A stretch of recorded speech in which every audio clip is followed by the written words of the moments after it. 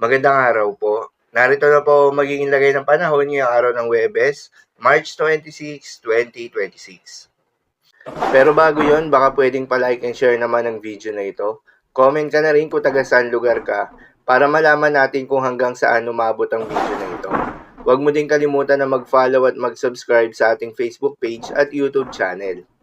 Sa kasalukuyan ng tayo sa pag-asa, patuloy na umiiral itong easterlies o yung mainit na hangin na nanggagaling sa may silangan at patuloy na nakakaapekto sa buong bahagi ng ating kapuluan. Nagdadala rin ito ng significant moisture na nagdudulot ng mga pag-ulan, particular na sa may eastern section ng Mindanao. Dahil dito ay asahan yung maulap na kalangitan na may kalat-kalat ng mga pag-ulan at thunderstorms.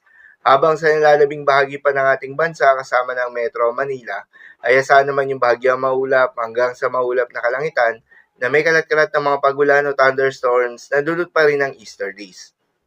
Magandang balita naman dahil ayon sa pag-asa ay wala pa rin tayong binabantayan na low pressure area o bagyo sa loob o malapit sa Philippine Area of Responsibility na maring makaapekto sa ating bansa hanggang sa susunod na 5 araw. Kaya naman posibleng storm-free tayo hanggang sa pagtatapos ng buwan na ito.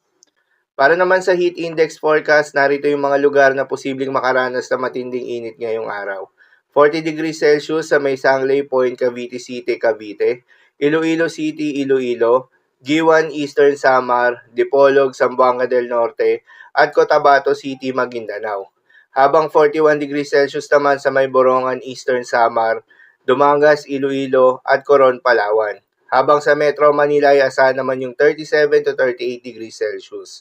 Ang mga nabanggit na lugar ay nasa kategory ng extreme caution level na kung saan posible itong magdulot ng mga heat cramps or heat exhaustion.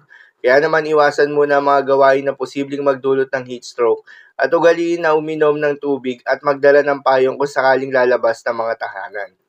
Para naman sa magiging lagay ng panahon ngayong araw ng Huwebes, dahil nga sa epekto nitong easterlies, asahan sa buong bahagi ng Mindanao ang maulap na kalangitan na may kalat-kalat ng mga pagulan at thunderstorms. Posible ang mga pagbaha o pag-uho ng lupa due to moderate to at times heavy rains. Habang sa Metro Manila at nalalabing bahagi pa ng ating bansa, ay asahan naman yung bahagyang maulap hanggang sa maulap na kalangitan na may kalat-kalat ng mga pagulan o thunderstorms na dulot ng easterlies. Posible rin na mapagbaha o pagguho ng lupa during severe thunderstorms. Madalas, nabobo ang mga thunderstorms na ito tuwing hapon o gabi na nagtatagal ng 1 hanggang 2 oras. Kaya naman ingat sa mga posibleng banta ng pagbaha at pagguho ng lupa, lalong-lalo na sa mga lugar na inuulan na noong mga nakaraang araw pa. Para naman sa magiging lagay ng mga dagat baybayin, ayon sa pag-asa ay wala pa rin tayong nakataas na gale warning sa anumang seaboards ng ating bansa. Kaya naman malayang makakapamalaot yung mga kababayan nating mangingisda.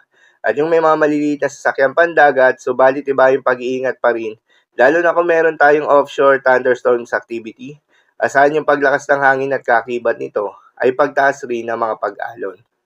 So yun lang po para sa lagay ng panahon ngayong araw ng Huwebes. Keep safe everyone.